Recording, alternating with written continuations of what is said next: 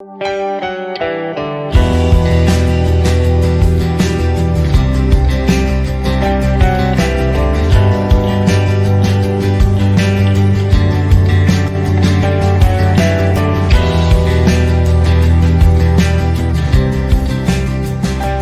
aimé, avançons encore, regardons quelques passages. Nous sommes toujours en train d'examiner les Écritures afin de comprendre par les Écritures que la chair dans la Bible ne veut pas toujours seulement dire le corps physique, mais c'est aussi un esprit, une entité vivante qui est là. Amen. Lorsque nous regardons dans Romains le chapitre 6, je vais lire le verset 7. Le verset 7, il est écrit, on va lire plusieurs petits versets de Romains, mais on commence par le verset 7. Celui qui est mort est libre du péché. Voilà une parole que Paul déclare. Maintenant, nous sommes avec Paul. Amen. On a commencé, j'ai voulu partir des évangiles, des paroles même du maître. Pour que vous voyez que le maître même avait déjà fait mention de cela. Pas peut-être directement comme ça, là, comme Paul le fait après. Mais le maître avait commencé à nous donner des petites bribes, des lumières. Amen. Qu'il a révélé davantage à Paul. Et pour que nous puissions le comprendre aujourd'hui, toujours sous l'inspiration et la révélation du Saint-Esprit. Amen. Le Seigneur, au travers de l'apôtre Paul, nous révèle dans Romains chapitre 6, le verset 7, « Car celui qui est mort est libre du péché. » Ça, c'est parce que avant, on nous parle de notre nouvelle naissance en Christ. Amen. Lorsque nous regardons au verset 1, je vais faire la lecture. Romains 6, 1, que dirons-nous donc? Demeurerions-nous dans le péché afin que la grâce abonde? Loin de là. Nous qui sommes morts au péché, comment vivrions-nous encore dans le péché? Ignorez-vous que nous tous qui avons été baptisés en Jésus-Christ, c'est en sa mort que nous avons été baptisés. Nous avons donc été ensevelis avec lui par le baptême en sa mort, afin que, comme Christ est ressuscité des morts par la gloire du Père, de même nous aussi nous marchons en nouveauté de vie. En effet, si nous sommes devenus une même plante avec lui par la conformité à sa mort, nous le serons aussi par la conformité à sa résurrection. Sachant que vous devez connaître, sachant que, êtes-vous encore sans intelligence, sachant que notre vieil homme a été crucifié avec lui, afin que le corps du péché soit réduit à l'impuissance, pour que nous ne soyons plus esclaves du péché. Car celui qui est mort est libre du péché. Amen. Celui qui est mort est libre du péché. Ici, il est question de la mort d'abord sur le plan spirituel. Amen.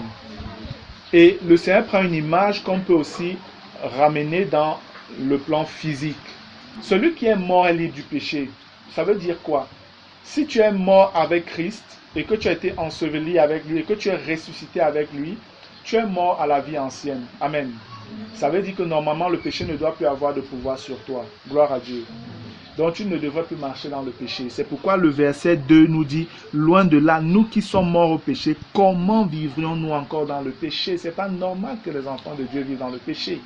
Jésus n'a pas vécu dans le péché. Et nous sommes appelés à atteindre sa stature parfaite. Pas seulement au ciel, frère, mais ici. Amen. Dieu nous a donné tout ce qui contribue à la vie et à la piété pour marcher comme Jésus. Nous partageons sa nature divine, c'est ce qui est écrit. Donc on a tous les éléments pour marcher comme Dieu, comme Jésus a marché sur la terre. Donc lorsqu'on dit celui qui est mort est libre du péché, j'ai déjà pris cette image. C'est simplement pour dire que ici encore on voit que le corps n'est pas le problème. Le corps n'est pas le problème, frère. Amen. Parce que si le corps avait une influence sur l'action de péché, celui qui est mort là ne serait pas réellement libre du péché. Parce que Martial tomberait maintenant raide mort, mon corps continuerait à bouger quand même pour faire des folies. Est-ce qu'on comprend ça? Si c'est que le corps était une source de problème, je le redis encore parce que j'ai l'impression que les gens n'ont pas compris, si le corps était le problème ou la source du problème, ça veut dire que si c'est que quelqu'un meurt, on sait que quand on parle de mort, c'est quoi? Les gens disent souvent la mort, c'est la cessation de la vie. Ce qui montre que quelqu'un est mort, c'est quoi? Il arrête de respirer. Le corps est inerte. Amen. Le corps devient inerte. Le corps ne bouge plus, c'est ça. Le corps ne fait plus rien. Le corps ne peut plus rien faire de lui-même. Ça, c'est une image forte, en fait, que le Seigneur nous donne. Amen. Pour nous faire comprendre que ce n'est pas votre corps physique là qui est le problème, mes amis. Parce que celui qui est mort est libre du péché. De la même manière qu'un cadavre ne peut plus commettre de péché. Sinon, un cadavre pourrait encore commettre le péché si le corps était une source de problème. Parce que je prends souvent une image qui est un peu peut-être dure, mais je le prends parce que je sais que c'est des situations où on a du mal à se contrôler. Vous allez permettre que je prenne encore cette image. C'est l'image qui est liée peut-être à des femmes et aux hommes, au sexe. Amen. C'est comme un réflexe, en fait c'est même pas comme, c'est un réflexe chez l'homme parfois de voir la nudité de la femme et de se sentir en érection. Amen. C'est presque naturel. Parfois il n'arrive pas à contrôler ça. Nous sommes d'accord? Si c'est que tu vois la nudité d'une femme, directement tu entres, en fait c'est facile que tu entres en érection. Je préfère dire ça comme ça, avec un peu de mesure. L'image donc, celui qui est mort est libre du péché.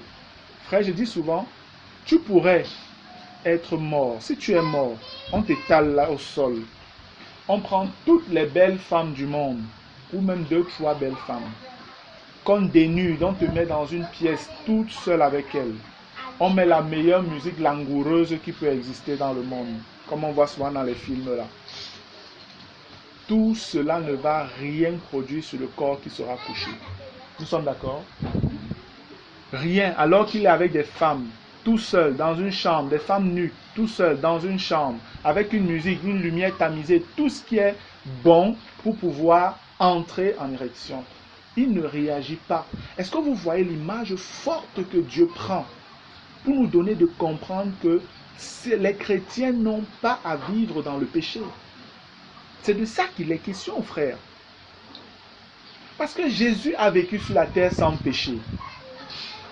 Notre vie, est-ce un témoignage à la gloire de Jésus, de celui dont nous parlons? Parce que si les hommes continuent à nous reprocher parce que nous faisons des bêtises, on ne reflète pas Jésus. Jésus, personne n'a rien pu dire de lui, le reprocher. Le maître pouvait les mettre au défi. Qui de vous me convaincra de péché? C'était une manière de dire, qui de vous peut dire le péché que j'ai déjà commis? C'est ça en fait. Ce n'est pas qui va me pousser à pécher. C'est qui parmi vous là, je suis là, qui parmi vous, dites-moi le péché que j'ai commis. Je vous dis, pouvoir parler comme ça, c'est pas donné à tout le monde. Amen. C'est donné seulement à ceux qui sont nés de nouveau. Amen. Seulement à ceux qui sont nés de nouveau. Je suis encore dans la course par la grâce de Dieu. Je cours davantage vers cette perfection.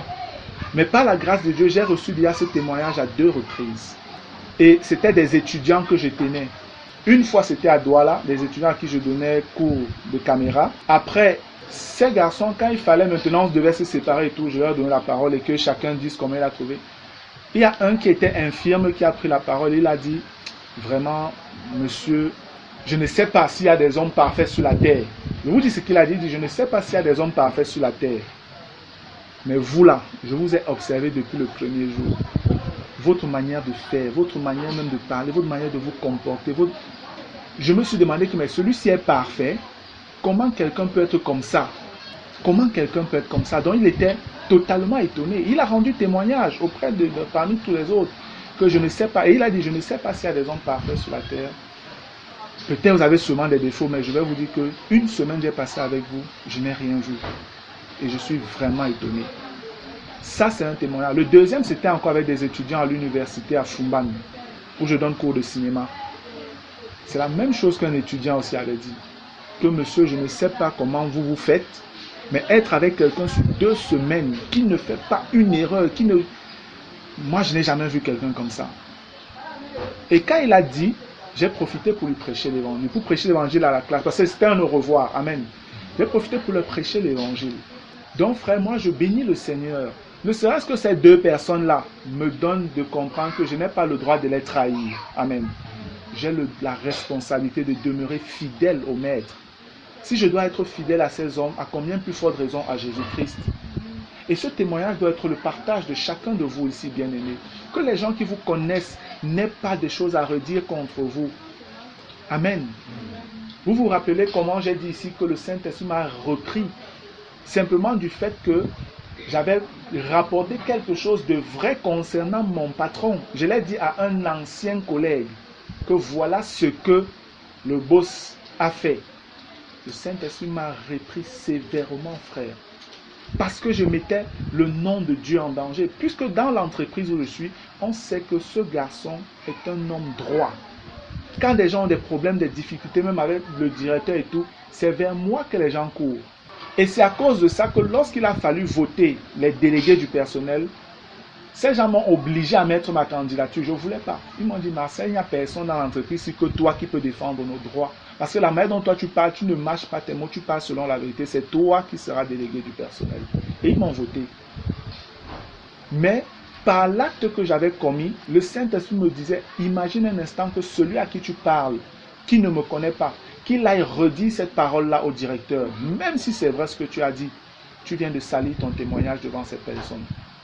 Et il peut en conférence de rédaction, donc quand tous les collègues sont là, revenir dessus, et tout le monde sera choqué de ce que c'est Martial qu'on est en train de reprendre comme ça. J'ai été pleinement convaincu de pécher ce jour, frère. Et je me suis repenti devant le Seigneur. Amen. Donc je dis, je suis encore dans la course. Mais ce que j'ai déjà compris, je prends soin de le garder jalousement. Et c'est le but de nos partages, frères. C'est le but de cette série d'enseignements. Ces témoignages que je donne ne sont pas pour me glorifier, mais c'est pour vous montrer que ce que Jésus a vécu, c'est possible que nous le vivions aussi. Amen. Si dans une certaine mesure, à mon petit niveau déjà, je peux avoir ces petits témoignages-là, ça veut dire que toi aussi tu peux. Et au moins le témoignage d'une personne. Commence doucement. La Bible dit, où sont ceux qui méprisaient les faibles commencements dans Zacharie? Non, ne méprise pas. Allez doucement. C'est pas à pas. À chaque jour suffit sa peine. Le lendemain aura soin de lui-même. Doucement, doucement, doucement. Amen. Et vous allez grandir. Vous allez grandir. Gloire à Dieu. Donc, on a compris Romains 6, le verset 7 nous donne de comprendre que ce n'est pas le corps qui est le problème. Le corps ne réagit pas par lui-même. Le corps réagit parce qu'il y a une puissance à l'intérieur qui lui donne de réagir. Amen. On va lire encore, lisons aussi, toujours dans Romains 6, les versets 12 à 13. Il est écrit, « Que le péché ne règne donc point dans votre corps mortel, et n'obéissez pas à ses convoitises. » Amen. C'est le péché qui règne dans notre corps. Ça veut dire que le péché est un roi, est un chef, qui dit au corps, monte, le corps monte, descend, le corps descend, va à gauche, va à droite, il obéit, insulte, il insulte, cogne, il cogne, viole, il viole, bois, enivre-toi, commet adultère, commet fornication, commet extorsion. C'est de l'intérieur, c'est le péché qui communique tout ça. C'est le péché. Et c'est une entité vivante qui est en nous. Amen. C'est ça en fait que le Seigneur est en train de dire là. Mais il dit, puisque vous êtes déjà mort et vous êtes libre du péché, donc le péché n'est plus censé avoir le pouvoir sur vous. C'est ce qu'il dit, elle dit au verset 6, pour que nous ne soyons plus esclaves du péché. Un esclave n'a pas le choix, il est censé obéir à son maître, qu'il le veuille ou pas. Amen. Donc c'est pourquoi vous pouvez comprendre qu'aucun païen ne peut obéir à Dieu par lui-même, frère. Ce n'est pas possible. Parce qu'il est encore esclave. Il a un maître méchant, le péché, la chair. Son maître est méchant. Et il ne peut qu'obéir à son maître. Quoi que vous fassiez, il obéira à son maître. Quoi que vous fassiez, il obéira à son maître. C'est pourquoi on doit naître de nouveau pour quitter cet esclavage-là et entrer dans l'esclavage du Maître qui est juste et bon, Jésus-Christ. Amen. Sous la direction du Saint-Esprit. Amen.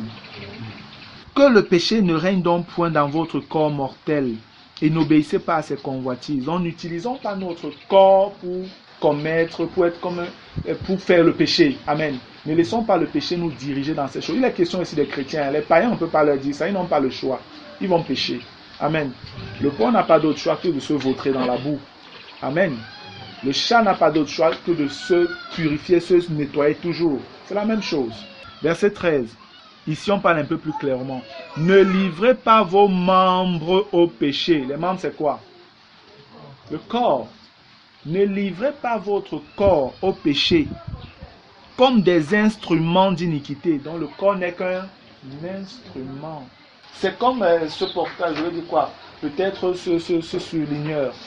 Ce n'est qu'un instrument. Tant que le surligneur est placé là, jamais la Bible ne sera surlignée, nous sommes d'accord. Pour que la Bible là soit surlignée, ou pour que ce surligneur puisse arriver à surligner là-bas, il faut qu'il y ait une énergie, une force qui l'amène à le faire. Lui ne fait qu'obéir, il n'a pas le choix. Amen. Si c'est que c'est Cécile, c'est son surligneur, elle a autorité ici, c'est la maîtresse de ce surligneur. Donc quand elle veut que tu vas surligner, il va surligner seulement. Amen. Il ne peut pas dire non. Il n'a pas le choix. C'est la même chose donc avec notre corps. C'est ce qui domine à l'intérieur qui dirige notre corps. Amen. Si c'est l'Esprit de Dieu, alors ton corps accomplira la justice de Dieu. Si c'est la chair, ton corps malheureusement accomplira les souillures de Satan. Amen. Ne livrez pas vos membres au péché comme des instruments d'iniquité, mais donnez-vous vous-même à Dieu comme étant vivants de mort que vous étiez. De mort que vous êtes. Le passé, toujours. Quand on parle du péché du chrétien, c'est dans le passé, jamais le présent. Nous ne sommes pas des pécheurs. Oubliez la religion qui vous a dit nous sommes des pauvres pécheurs, Vierge Marie, machin, tout là. Non. Nous sommes des saints en Jésus-Christ. Je ne vais pas manquer de le répéter pour que ça reste et que vous viviez cela. Amen. Mais donnez-vous vous-même à Dieu comme étant vivant de mort que vous étiez et offrez à Dieu vos membres comme des instruments de justice. Avant, c'était des instruments d'iniquité parce que c'était la chair qui dominait. Amen. Vous êtes nés de nouveau en Jésus-Christ. Maintenant, vous devez offrir vos corps là comme des instruments de justice à Dieu pour sa gloire. Amen. On avance, bien aimé. Avec ce verset, si nous comprenons clairement que le corps n'est pas le problème. La chair, ce n'est pas toujours seulement le corps physique, frère. La chair est une entité puissante, vivante qui est dans notre. Allons au verset 16. Prenons les versets 16. À partir du verset 16, il est écrit: Ne savez-vous pas qu'en vous livrant à quelqu'un comme esclave pour lui obéir, vous êtes esclave de celui à qui vous obéissez, soit du péché qui conduit à la mort, soit de l'obéissance qui conduit à la justice. Amen. On dit, ne savez-vous pas qu'en vous livrant à quelqu'un comme esclave pour lui obéir, vous êtes esclave de celui à qui vous obéissez. Vous vous livrez. Ça veut dire que tu peux être chrétien. Si tu es chrétien et que tu finis par te trouver à l'aise, tu trouves ton aise dans le péché, tu redeviens esclave du péché. Et il n'y a aucun pécheur qui entrera au ciel. Ceux qui vous disent on est sauvé, sauvé pour toujours là, faites attention avec cette doctrine, parce qu'elle est inspirée par des démons, comme dit 1 Timothée chapitre 4 verset 1. Sauvé, sauvé pour toujours, ça n'existe pas dans le royaume de Dieu. Vous ne pouvez être sauvé pour toujours que quand vous marchez selon les exigences de Christ. Amen. Dès que vous les violez, que vous continuez à persévérer dans le péché, qui, selon les Écritures, est la transgression de la loi de la parole de Dieu, alors, mon ami, vous êtes en train d'aller vers le lac de feu. Ne vous trompez pas un instant. Ne vous trompez pas. Ne vous laissez pas séduire par cette doctrine démoniaque-là. Ne savez-vous pas qu'en vous livrant à quelqu'un comme esclave pour lui obéir, vous êtes esclave de celui à qui vous obéissez, soit du péché qui conduit à la mort, soit de l'obéissance qui conduit à la justice. Il est en train de parler ici à des chrétiens. Et il dit, si vous vous livrez au péché, vous allez aller vers la mort. Vous pensez qu'il parle de mort physique? Tous les hommes, dans une certaine mesure, sont appelés à mourir. Amen. Donc le problème n'est pas réellement la mort physique. Non. Il est en train de parler d'une mort spirituelle. Il est en train de parler de la mort spirituelle. Amen. Nous devons bien comprendre ça. Il parle à des chrétiens et il leur dit, si vous rentrez encore dans la vie de péché là, vous allez mourir. Mourir spirituellement. D'où vient-il qu'aujourd'hui on enseigne aux gens qu'on est sauvé pour toujours et puis c'est tout? Il est vrai qu'on ne perd pas notre vie éternelle comme si on avait perdu notre porte-monnaie ou je ne sais pas, nos chaussures quelque part. C'est doucement que la chose vient. Satan est un rusé. Les ruses de la chair. Il vous prend doucement. Et c'est comme ça que vous attristez le Saint-Esprit. Vous l'attristez. Vous continuez à l'attrister et vous finissez par l'éteindre. C'est écrit dans la Nouvelle Alliance. C'est écrit dans Thessaloniciens là, que vous éteignez le Saint-Esprit. Dans Éphésiens, on dit vous pouvez l'attrister. Dans Thessaloniciens, on dit n'éteignez pas l'Esprit. Donc faisons attention aux fausses doctrines qui sont là dehors.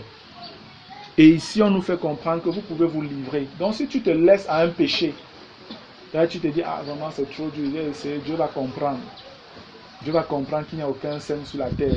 Chacun fait avec. Je pars quand même à l'église. Non, tu es en train de te séduire, bien-aimé. Dieu ne comprendra pas. Aucun pécheur n'entrera au ciel, c'est ce qui est écrit. Et Dieu n'est pas un menteur. Il ne va pas commencer à mentir à cause de toi. Amen. Jésus a accompli ce qu'il devait accomplir pour que tu ne vives plus dans le péché. Tu n'as pas d'excuse. Verset 17. Mais grâce soit rendue à Dieu de ce que, après avoir été esclave du péché, vous avez obéi de cœur, donc vous avez obéi par votre esprit, donc vous avez reçu la révélation et vous avez obéi à la règle de doctrine dans laquelle vous avez été instruit. Donc on vous a instruit la règle de doctrine qui est la saine doctrine de Jésus-Christ. Vous l'avez reçue dans votre esprit et vous avez commencé à marcher. Amen. C'est ça l'obéissance. Verset 18. Ayant été affranchis du péché, vous êtes devenus esclaves de la justice. Donc tu quittes l'esclavage du péché pour devenir esclave de justice. Gloire à Dieu. Je préfère être un esclave de la justice. Amen. Nous avons été affranchis. Vous connaîtrez la vérité et la vérité vous affranchira. C'est la vérité. Voilà ce que Paul est en train de reprendre ici. Si vous avez reçu la doctrine du Maître, alors sachez que vous êtes affranchis. Vous devez obéir, vous devez marcher selon ses instructions. Amen. Verset 19. Je parle à la manière des hommes à cause de la faiblesse de votre chair. C'est pour dire, je prends les images humaines pour que vous puissiez comprendre. Parce que vous êtes devenus un peu lents à comprendre. Vous ne comprenez pas. C'est pourquoi je prends les images humaines. C'est ce qu'il est en train de dire là. De même donc que vous avez livré vos membres comme esclaves à l'impureté et à l'iniquité, de même donc que vous avez, donc avant, livré vos membres comme esclaves à l'impureté et à l'iniquité, pour arriver à l'iniquité, tu ne peux pas s'aimer la mangue, tu récoltes le haricot. Tu sèmes le péché, tu récoltes le péché. Amen. Ainsi, maintenant, livrez vos membres comme esclaves à la justice pour arriver à la sainteté. Gloire à Dieu. Pour arriver à la sainteté, c'est pour être mis à part, pour être utile à Dieu. Avant, tu as livré tes membres à l'iniquité, à l'impureté, à la souillure. Donc, le péché, tu étais plein dedans. La fornication, l'adultère, tu livrais ton corps aux hommes, tu montais, tu descendais avec les hommes. C'était pour toi un sujet de gloire. Tu couchais avec toutes les jupes qui passaient à côté de toi et tu te glorifiais de cela. Dès que tu voyais une jupe, allez, tu courais. Tu te glorifiais. C'était facile pour toi de piquer le bic de quelqu'un, de piquer ses chaussures, de voler. Tu te glorifiais de tout ça. C'est à ça que c'est avec ton corps, tes membres. Mais le Seigneur dit, maintenant que tu as été affranchi, livre plutôt tes membres à produire les œuvres de justice. Amen. C'est vraiment ça la nouvelle naissance, bien-aimé. C'est un changement radical de vie, de nature. C'est un changement radical de nature. Dieu ne joue pas quand il dit ça. Avant, tu vivais pleinement dans le péché. Combien de fois tu as avorté? Combien de fois tu as trompé ton mari? Combien de fois tu as trompé ta femme? Avant, c'était ce que tu faisais. Maintenant, tu es né de nouveau. Tu n'es plus sous le maître qui t'a mené à le faire sans que tu ne le veuilles. Maintenant, tu es né de nouveau. C'est pourquoi le jugement des chrétiens sera encore plus dur. Surtout pour ceux-là qui ont connu la vérité et sont rentrés. Les païens sont dans leurs ténèbres. On va les juger en fonction de leur ignorance et tout ça, des lumières là-bas, où je ne sais même pas si c'est des ténèbres dans lesquelles ils fonctionnent là-bas. Mais pour toi qui dis être chrétien et qui vit dans le péché, ton jugement sera terrible. Et la Bible nous révèle clairement dans 1 Pierre que le jugement de Dieu commence dans la maison de Dieu. C'est par nous que Dieu va commencer. Et c'est vrai. Amen. C'est par nous que Dieu va commencer. L'œuvre de sanctification que Dieu va recommencer à faire puissamment maintenant en cette fin de temps, ça va commencer à l'intérieur, ça ne sera pas à l'extérieur. C'est dans l'église qu'on va entendre que tel, voilà ce qui est arrivé, voilà ce qui est arrivé, voilà ce qui est arrivé. C'est dans l'église d'abord. Le monde, son temps arrive. On connaît à quelle période. La période de tribulation, là, c'est pour le monde. En attendant le jugement du grand trône blanc. Nous devons être des esclaves de la justice. Nos corps doivent être des instruments pour la justice. Si le corps était le problème, frère, Dieu ne parlerait pas comme ça du corps. Le corps n'est qu'un instrument qui est utilisé par des entités puissantes. Amen. On va aller un peu plus vite, hein, bien-aimé, pardon. Nous sommes dans Romains 7. Je vais commencer au verset 1. Rapidement, il est écrit: Ignorez-vous, frères, car je parle à des gens qui connaissent la loi, que la loi exerce son pouvoir sur l'homme aussi longtemps qu'il vit. Ainsi, une femme mariée est liée par la loi à son mari tant qu'il est vivant. Mais si le mari meurt, elle est dégagée de la loi qui la liait à son mari. Si donc, du vivant de son mari, elle devient la femme d'un autre homme, elle sera appelée adultère. Mais si le mari meurt, elle est affranchie de la loi, de sorte qu'elle n'est point adultère en devenant la femme d'un autre. De même, mes frères, vous aussi, vous avez été par le corps de Christ mis à mort en ce qui concerne la loi, pour que vous apparteniez à un autre, à celui qui est ressuscité des morts, afin que nous portions des fruits pour Dieu. Verset 5. Car lorsque nous étions dans la chair, les passions des péchés provoqués par la loi agissaient dans nos membres, de sorte que nous portions des fruits pour la mort. Mais maintenant, nous avons été dégagés de la loi, étant morts à cette loi sous laquelle nous étions retenus, de sorte que nous servons sous le régime nouveau de l'esprit et non selon la lettre qui a vieilli. Amen. Les versets 1 à 3 expriment quelque chose. Ça parle du mariage, du divorce et du remariage. Amen. Ce n'est pas l'occasion de parler du mariage. Mais comme ça en passant, simplement parce que certaines personnes, aujourd'hui le monde fonctionne comme il fonctionne. On se marie, on divorce, on se remarie, on divorce, on se remarie, on divorce. Mais ce n'est pas la parole de Dieu, ça. Les hommes ne le savent pas. Et je le dis parce que nous sommes en train de faire une étude. Et ces audios, ces enregistrements, plusieurs l'écouteront un peu partout. Amen. Il y a des bien-aimés, même aux États-Unis, qui attendent également écouter ces enseignements, frères. Et il y a d'autres personnes qui vont écouter. C'est toujours en termes d'avertissement par rapport à la sainteté de Dieu qui est en train d'être révélée en cette fin de temps. Les gens, il y a plusieurs qui se disent hommes de Dieu là dehors, qui sont mariés ou qui étaient mariés, ils finissent par divorcer lorsqu'ils voient une nouvelle jeune sœur là et tout. Ils disent que non, c'est plutôt celle-ci, c'est même pas celle que Dieu m'avait promis. Il abandonne celle-là pour aller prendre l'autre. La Bible dit qu'il est adultère. Amen. Il est adultère. Je parle surtout de ces personnes-là qui se disent hommes de Dieu. Ils sont plusieurs là, non pas simplement à l'étranger, je dis même au Cameroun, qui sont mariés, ils divorcent, après ils se remarient, ils divorcent, après ils se remarient. La Bible dit que tant que ton mari est vivant, tu demeures sa femme, même si vous êtes divorcé. Vous devez le comprendre. Même si vous êtes divorcé, Dieu l'appelle toujours ton mari. Amen. Dieu l'appelle toujours ton mari. Parce que l'image, c'est Dieu et Israël. Amen. L'image, c'est Dieu et Israël. Dieu a pris Israël pour épouse. Lorsqu'on regarde dans les prophéties, Israël, Dieu a fait tout ce qu'il a fait de beau, de merveilleux pour Israël. Malgré tout, Israël a rejeté Dieu. Israël allait se prostituer avec d'autres dieux. C'est pourquoi Dieu parle de l'adultère. Tu m'as trompé avec d'autres. Dieu l'a rejeté dans sa colère. C'est écrit. Mais il dit, je ne te rejette pas à toujours. Je te rappellerai. Amen. C'est l'image que Dieu donne.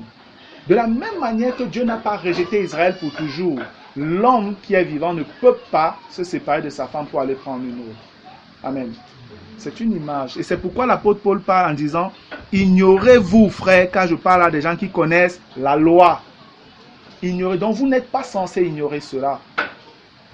Le divorce, le remariage et machin, frère, c'est la route pour l'enfer parce que tu es adultère. Et la Bible dit également, si tu épouses une femme répudiée par son mari, tu es adultère.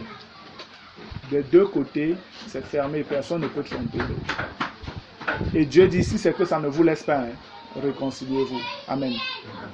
Réconciliez-vous. Ça, c'est en passant, parce qu'il est question de vie de sainteté, frère. L'Église aujourd'hui accepte n'importe quoi. Des frères et des sœurs acceptent avoir pour dirigeants des divorcés et des remariés. Où est-ce qu'ils sont en train d'aller avec ça?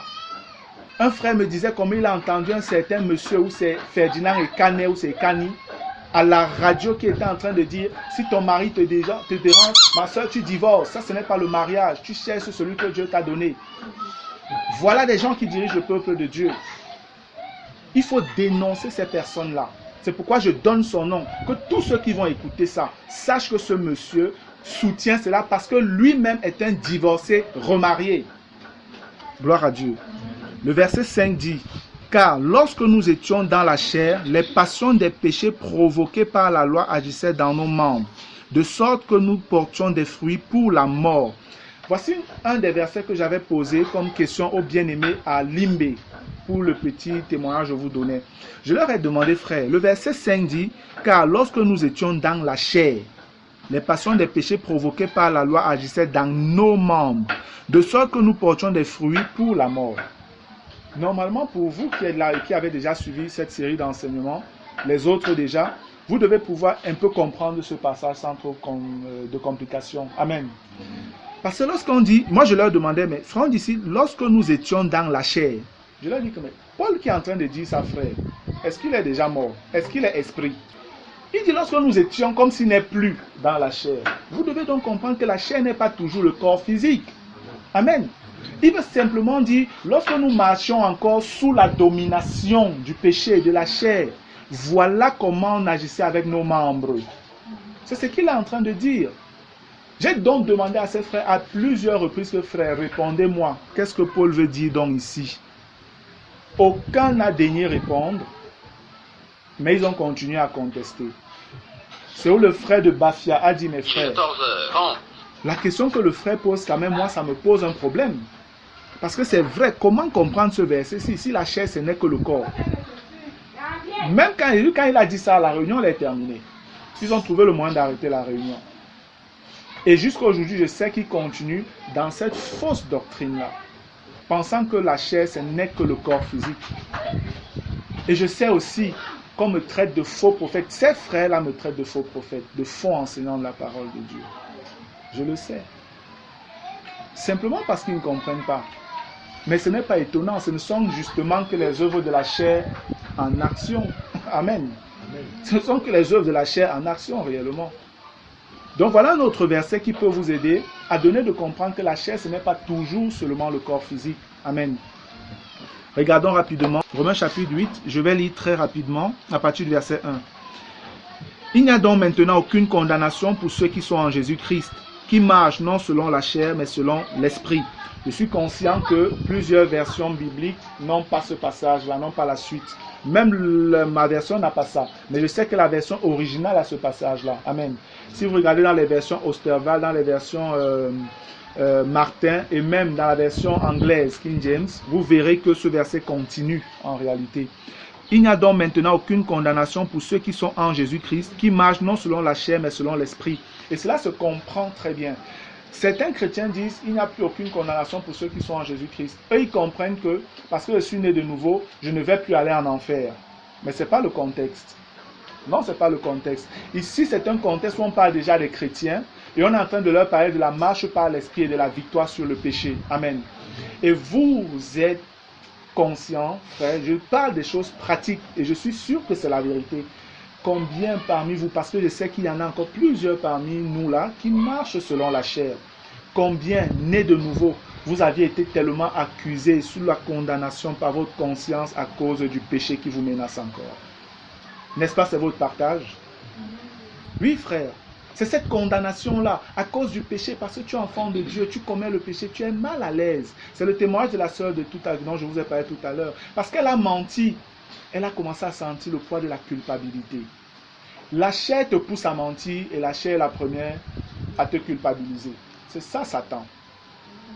Il n'y a rien de bon en lui. Donc vous voyez que cet enseignement est très pratique. C'est vrai, c'est la vie, c'est votre expérience. Vous êtes sous la condamnation parce que parfois vous avez commis un péché.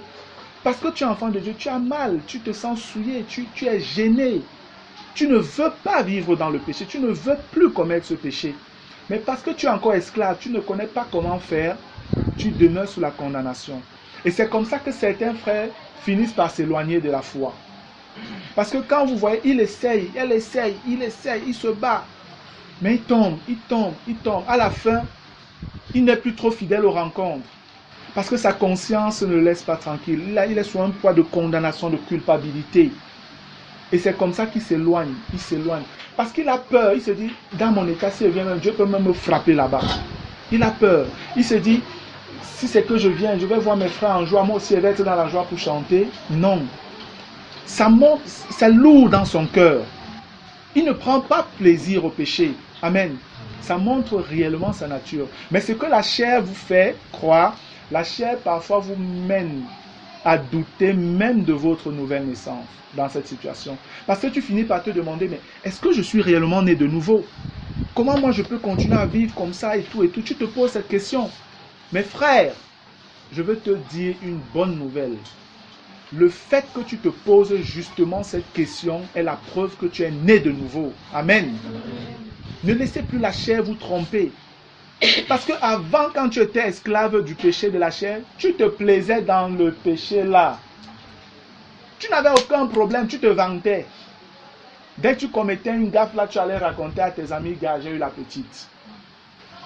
Dès que tu réussissais à voir ce monsieur, tu allais raconter à toutes tes copines, j'ai réussi à voir le garçon là. Tu te vantais. Maintenant que tu es une nouvelle créature, ça te dérange. Ce n'est que la chose normale pour quelqu'un qui est né de nouveau. Tu as quitté la nature de porc pour la nature de chat. Tu n'acceptes plus la saleté. Mais quand tu ne connais pas, Satan qui te pousse dans le péché vient encore t'accuser. Et ça, c'est pour que tu ailles simplement dans la mort. Le salaire du péché, c'est la mort. Mais nous voyons clairement que Dieu nous donne d'avoir la victoire quand on a la révélation. Amen. Maintenant, on nous dit au verset 2. En effet, la loi de l'esprit de vie en Jésus-Christ m'a affranchi de la loi du péché et de la mort. On dit, la loi de l'esprit de vie en Jésus-Christ m'a affranchi de la loi du péché et de la mort. C'est deux lois. Il y a la loi de l'esprit de vie en Jésus et il y a la loi du péché et de la mort. Je ne vais pas trop insister dessus parce que nous reviendrons sur une étude systématique de Romains 8 plus tard. Mais je vais simplement dire qu'il n'y a qu'une loi pour abroger une autre loi. Amen. Il n'y a qu'une loi pour interdire, pour annuler une autre loi. C'est ainsi que la loi de l'ancienne alliance a été abolie par la loi de la nouvelle. Tant qu'il n'y avait pas de nouvelle loi plus puissante que l'autre, là, on serait toujours sous la loi. C'est l'enseignement d'Hébreu. Hébreu nous montre la supériorité de la loi de l'esprit de vie, qui est la loi de la grâce, sur la loi du péché et de la mort, que la chair utilisait sous la loi de Moïse. Amen. Il y a deux lois, frères, et c'est les deux lois-là qui sont en conflit. L'esprit a ses désirs et sa volonté, la chair en a une autre, contraire, opposés, ils sont en train de bagarrer, et nous sommes là-dedans. Amen. On ne demande pas ton avis. Tant que tu es né de nouveau, tu es dans cette bataille-là. Le païen, lui, il est épargné. Parce que le gars, il se manifeste une seule heure, il vit sa vie tranquille, no stress. Mais toi qui dis que tu es né de nouveau, là, c'est le problème. C'est pourquoi je dis souvent aux gens, si tu viens à Jésus et que tu crois que tu viens résoudre tous tes problèmes, tu as choisi la mauvaise personne. Parce qu'avec Jésus, les problèmes commencent. Les problèmes commencent. Avant, tu n'avais pas de problème que le péché est monté, le péché est descendu. Non, tu vivais ta vie, tu montais en boîte, tu montais chez les hommes, tu montais chez les femmes. No stress. Mais quand Jésus, là, il vient, et que tu dis oui, oh oh, tu veux mettre un pas, tu réfléchis. Tu veux aller, tu réfléchis. Tu veux même prendre la bici pour porter, tu réfléchis. Tu veux machin, tu réfléchis. Quand je dis tu réfléchis, c'est encore quand tu es dans la chair en réalité. Amen. Mais quand tu es dans l'esprit, ça coule. Amen. Tu vis dans le repos. C'est quand tu es encore menacé par la chair que tu es autant ballotté. Parce que quelqu'un qui marche par l'esprit sait comment s'habiller. Amen. Une femme de Dieu qui marche par l'esprit sait comment s'habiller. On n'a pas besoin de lui dire ne mets pas ça, ne fais pas ça, ne fais pas ça. Non. Pareil pour un frère. Un frère qui marche par l'esprit sait comment s'habiller. Il sait où aller et où ne pas aller. Il n'a pas besoin qu'on vienne lui dire ne fais pas, ne fais pas, ne fais pas, ne fais pas.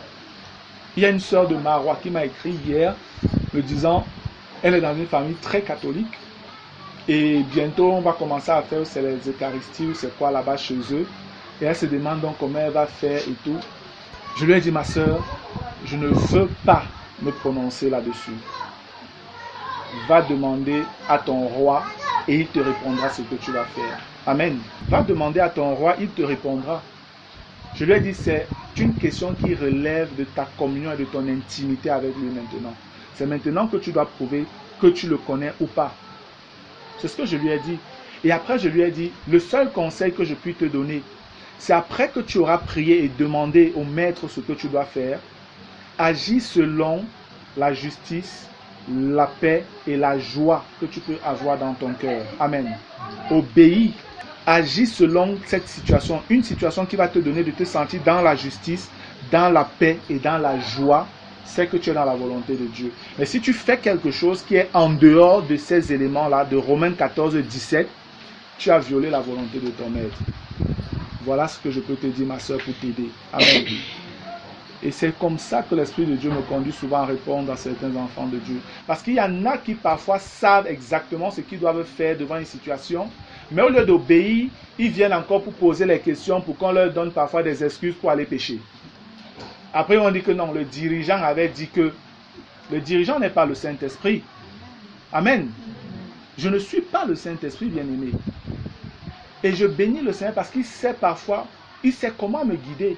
Il y a des moments où on me pose des questions, je réponds directement. Mais il y a des questions qu'on me pose, le Saint-Esprit, je comprends, il me dit, non, laisse, ce n'est pas à toi de répondre ici. Dis plutôt ça. Gloire à Dieu. Verset 3. Car chose impossible à la loi parce que la chair la rendait sans force, Dieu a condamné le péché dans la chair. Dieu a condamné le péché dans la chair, donc dans le corps en fait. Ici c'est le corps, chair, ici c'est le corps. Vous allez voir devant. Dieu a condamné le péché dans la chair en envoyant à cause du péché son propre fils dans une chair semblable à celle du péché. Et cela afin que la justice de la loi soit accomplie en nous qui marchons non selon la chair, mais selon l'esprit. Vous voyez que le verset 4 aussi rend témoignage au verset 1. Ils ont coupé quelque chose là. C'est ceux qui marchent selon l'esprit qui ne sont plus dérangés par la condamnation. Mais on nous fait comprendre ici que Dieu a envoyé son propre fils afin de condamner le péché là dans la chair. Et on nous dit que Jésus a porté le péché où? Dans son corps sur la croix. Amen. Le fait que le péché a touché le maître dans son corps est la raison pour laquelle le péché est aussi resté dans notre corps. Amen. C'est pourquoi le péché n'agit plus dans notre esprit.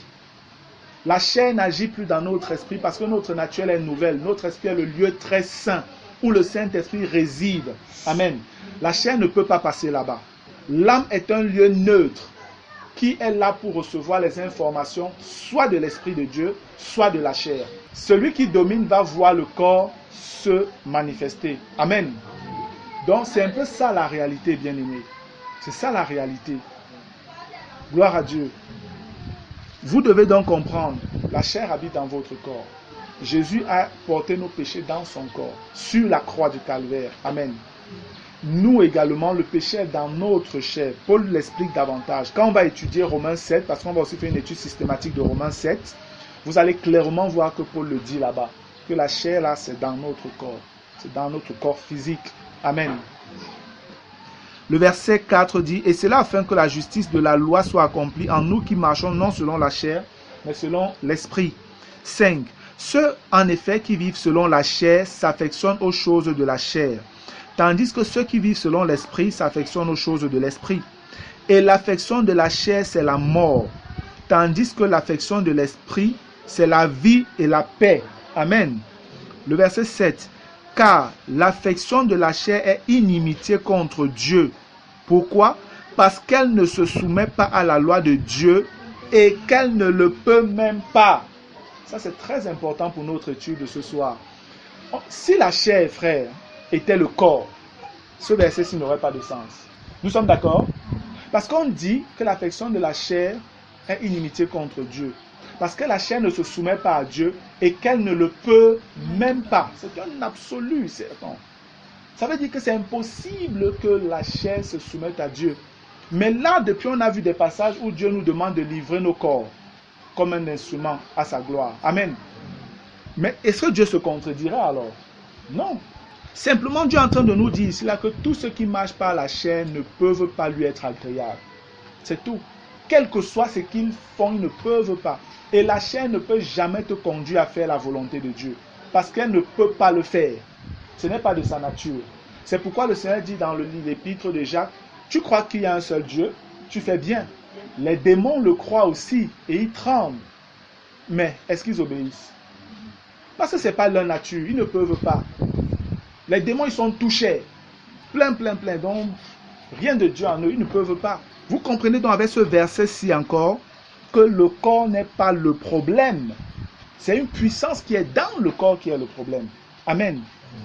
Quand on va avancer, je pense peut-être par la grâce de Dieu, peut-être samedi prochain, je vais donc vous expliquer vraiment comment la chair agit en nous pour que nous péchions. Et comment on peut maintenant résister ou l'empêcher de nous conduire dans le péché. Je vais vous expliquer également ce que c'est que péché même et ce que c'est que la tentation. Parce que c'est deux notions qui troublent les chrétiens et parfois ils mélangent tout. Amen. Le verset 8. Or, ceux qui vivent selon la chair ne sauraient plaire à Dieu. Pour vous, vous ne vivez pas selon la chair, mais selon l'esprit. Si du moins l'esprit de Dieu habite en vous, si quelqu'un n'a pas l'esprit de Christ, il ne lui appartient pas. Et si Christ, est en vous, le corps, il est vrai, est mort à cause du péché, mais l'esprit est vie à cause de la justice. Et si l'esprit de celui qui a ressuscité Jésus d'entre les morts habite en vous, celui qui a ressuscité Christ d'entre les morts rendra aussi la vie à vos corps mortels par son esprit qui habite en vous. Ainsi donc, frères, nous ne sommes point redevables à la chair pour vivre selon la chair. Nous ne devons rien à la chair. Amen. Parce que nous n'avons rien à voir ensemble. Dans notre ancienne nature, ok. Dans la nouvelle là, on a été coupé totalement. Amen. On est né de nouveau. C'est nouveau. Toute chose est devenue new. Amen. Verset 13. Si vous vivez selon la chair, vous mourrez. Mais si par l'esprit vous faites mourir les actions du corps, vous vivrez. Car tous ceux qui sont conduits par l'esprit de Dieu sont fils de Dieu. Et vous n'avez point reçu un esprit de servitude pour être encore dans la crainte. Mais vous avez reçu un esprit d'adoption par lequel nous crions Abba, Père. Gloire à Dieu. Nous n'avons plus à pécher, on n'a plus à avoir peur du péché, on n'a plus à lutter, machin, tout le péché. Non. Dieu nous a rachetés. Nous sommes réellement fils de Dieu. Et le Saint-Esprit rend témoignage que nous sommes fils de Dieu. À notre esprit, donc à nous, par lequel nous pouvons crier Abba Père. Ce n'est pas tout le monde qui doit dire à Dieu Père. C'est ceux qui sont réellement nés de nouveau. C'est eux qui disent Abba Père. Les païens là, ils disent Abba quoi? Abba quel Père? Ils appellent Dieu quel Père? Non, Dieu n'est pas leur Père. L'Esprit lui-même rend témoignage à notre esprit que nous sommes enfants de Dieu. Or, si nous sommes enfants, nous sommes aussi héritiers. Héritiers de Dieu et co-héritiers de Christ. Alléluia. Si toutefois nous souffrons avec lui afin d'être glorifiés avec lui. La croix. Oui, ça passe par la souffrance. Ça passe par les pertes. Toute la gloire que tu veux avoir, Dieu te dit, laisse ça tomber. Moi, j'ai une grande gloire à te proposer. Amen. On dit, nous serons glorifiés avec lui, mais à condition, il faut souffrir. Nous serons co-héritiers, mais il faut souffrir, il faut passer par la souffrance. Si tu veux la gloire de Jésus, paye le prix. Amen. Tu payes le prix. Toute la gloire que le monde te propose, là, tu vas comprendre que Dieu dit que tout ce qui est élevé au milieu des hommes est une abomination devant lui. C'est écrit. Tous les hommes qu'on acclame, qui se lèvent là, ceux qui mettent les pancartes partout, du grand bishop, pasteur, machin, avec leurs femmes même et tout ça là, ils sont en train de s'élever. Et Dieu dit qu'ils sont une abomination devant lui. C'est la même chose avec toutes ces personnes qu'on appelle stars, à Hollywood et partout là. Ces artistes et tout ça, qui le monde adule et tout, ils sont une abomination devant Dieu. Parce que l'homme n'a pas le droit d'être tant regardé. La seule personne qui doit porter notre attention, c'est Jésus-Christ de Nazareth. Amen. C'est lui qui a été élevé comme le serpent d'airain, afin que tout homme regarde à lui et ait le salut. Toi qui es-tu pour pouvoir t'élever jusqu'à ce que tu portes le nom de star? La Bible dit que Jésus est l'étoile brillante du matin. Amen. Lui seul est digne d'être appelé une star. Tous ceux qui viennent en concurrence avec lui seront détruits. Parce qu'il est la pierre angulaire. Si elle tombe sur toi, elle t'écrase. Amen. C'est la parole de Dieu, frère. Le monde s'amuse, mais le jugement de Dieu n'est plus loin. Pour nous qui sommes de la maison, rachetons le temps et réveillons-nous si nous sommes endormis. Réveillons-nous si nous sommes endormis, frère. L'Esprit du Seigneur est en train de parler. Réveille-toi si tu es endormi. Amen. Gloire à Dieu. Galates chapitre 4. Je vais lire encore à partir du verset 19. Parce que le but ici, toujours, rappelez-vous, c'est tous les éléments. Je veux donner autant d'éléments dans les Écritures qui montrent que la chair n'est pas simplement le corps physique. Mais si les chrétiens ne le comprennent pas, je vous dis, ils auront du mal à vivre dans la victoire sur le péché. Ils auront du mal. Et moi, mon travail, je vous ai dit, l'appel que j'ai reçu de Dieu, c'est de travailler au perfectionnement des chrétiens. Amen. Leur montrer comment quitter d'une vie de péché et entrer dans une vie de victoire sur le péché par la révélation de la vérité en Jésus-Christ. Amen. Galates chapitre 4, je vais lire à partir du verset 19. Mes enfants pour qui j'éprouve de nouveau les douleurs de l'enfantement, jusqu'à ce que Christ soit formé en vous. Je voudrais être maintenant auprès de vous et changer de langage, car je suis dans l'inquiétude à votre sujet. Paul était dans l'inquiétude parce qu'il avait commencé à enseigner les justes choses, un peu comme ce que je vous enseigne aux Galates. Ils ont bien commencé à marcher, mais après il y a des faux apôtres là qui sont venus leur inculquer encore d'autres choses qui étaient liées à la loi. Et ils ont commencé à rentrer là-dedans. Et le péché a commencé à reprendre le pouvoir sur eux. C'est pourquoi Paul avait aussi mal. Donc vous-même qui écoutez ces choses, retenez jalousement cela dans votre cœur. Amen. Parce que l'ennemi cherchera à arracher cela, frère. Mais soyez violents avec lui. Parce que le royaume des cieux est forcé. Ce sont les violents qui s'en emparent. Gloire à Dieu. Verset 20. Je voudrais être maintenant auprès de vous et changer de langage, car je suis dans l'inquiétude à votre sujet. Dites-moi, vous qui voulez être sous la loi, ne comprenez-vous point la loi? Car il est écrit qu'Abraham eut 2 fils, un de la femme esclave et un de la femme libre. Regardez le verset 23. Mais celui de l'esclave naquit selon la chair, et celui de la femme libre naquit en vertu de la promesse. C'est tout dit ici. Prenons ces images, nous les connaissons. La femme libre représenterait qui? Sarah. Nous sommes d'accord? La femme libre représenterait Sarah. La femme esclave représenterait qui? Agar. Amen. Agar. Maintenant, comment est-ce que Agar obtient son enfant, Ismaël? Comment? Tout simplement. Sarah a donné Agar à Abraham et ils ont eu des rapports. Tout simplement. Amen. Donc, Ismaël vient à la naissance de manière normale. Nous sommes d'accord? Maintenant, on nous dit ici que Ismaël est né selon la chair. N'est-ce pas? On prend maintenant Isaac. Comment Isaac vient au monde? Oui? C'est pas la promesse de Dieu. Non, laissons la promesse. Je dis de manière naturelle. Comment est-ce que Isaac vient au monde? Oui?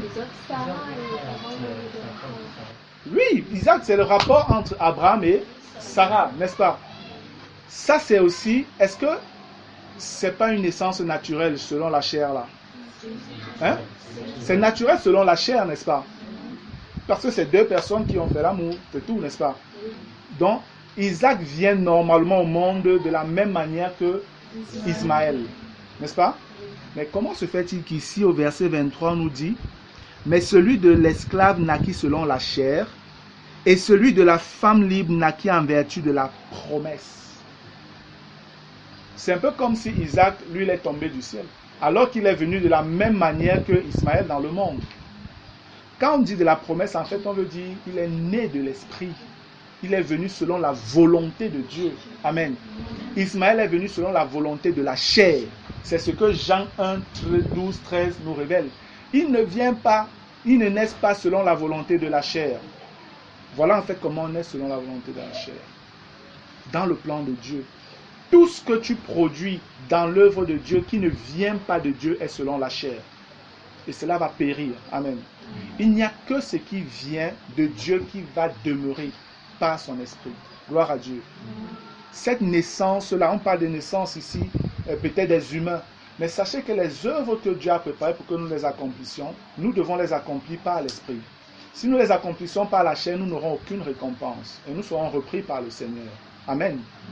Et maintenant ici, nous voyons Ismaël, on nous dit qu'il est né selon la chair. Mais Isaac, pareillement, si la chair ce n'est que le corps, Isaac aussi est né par la chair. Amen.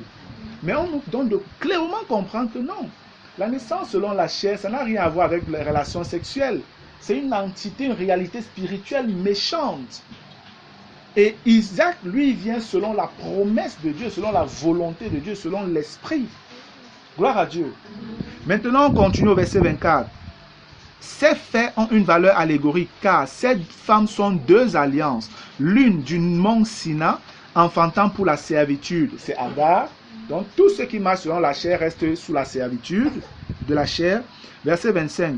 Car Agar, c'est le mont Sina en Arabie, et elle correspond à la Jérusalem actuelle, qui est dans la servitude avec ses enfants. Mais la Jérusalem d'en haut est libre, c'est notre mère. Voilà quelque chose de merveilleux comme révélation. Amen. Dans la lignée naturelle, physique, qui est la mère du peuple juif? Sarah. Amen. C'est Sarah, n'est-ce pas? Mais on nous révèle ici là quoi? On nous dit au verset 24, verset 25, car Agar c'est le mont Sina en Arabie, et elle correspond à la Jérusalem actuelle qui est dans la servitude avec ses enfants. Vous voyez que parce qu'Israël a rejeté le Christ, Israël est maintenant dans la chair. C'est pourquoi on prend Agar, on dit maintenant Agar est la mère d'Israël. Et Sarah devient la mère de qui? Des chrétiens. Amen. C'est pourquoi on dit que les chrétiennes, vous femmes, vous êtes les filles de Sarah. Amen. Vous êtes les filles de Sarah. Mais parfois nous lisons ces choses, on passe, on croit qu'on a compris alors qu'on n'a pas compris. Dieu va jusqu'à dire que Agar représente la mère de la Jérusalem actuelle, donc des Juifs. La chair, ils sont pleinement dans la chair, les Juifs. Ils sont dans la chair. Mais l'Église, elle, est connectée à la Jérusalem céleste. Amen. Et c'est eux les véritables enfants de Dieu maintenant. Gloire à Dieu. Vous voyez donc le rapport qu'il y a entre la chair et l'esprit. La chose est tellement sérieuse, frère, que c'est aussi grave que des serviteurs de Dieu ne connaissent pas ces choses. Ne l'enseignent pas au peuple de Dieu. Comment les enfants de Dieu marcheront-ils alors loin du péché? Comment feront-ils si les frères ne veulent pas comprendre cette vérité-là? Que Dieu ouvre leur saine intelligence au nom de Jésus. Et on continue au verset 26. Mais la Jérusalem d'en haut est libre, c'est notre mère. Car il est écrit, réjouis-toi stérile, toi qui n'enfantes point. Éclate et pousse des cris, toi qui n'as pas éprouvé les douleurs de l'enfantement. Car les enfants de la délaissée seront plus nombreux que les enfants de celles qui étaient mariées.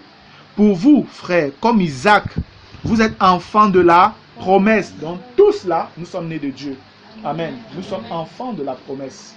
Tous, nous naissons comme Isaac, par la volonté de Dieu, pas par la volonté de la chair ou d'un homme, même pas du sang, mais par la volonté de Dieu. Amen. Pour vous, frères, comme Isaac, vous êtes enfants de la promesse. Et de même qu'alors, celui qui était né selon la chair persécutait celui qui était né selon l'esprit, ainsi en est-il encore maintenant.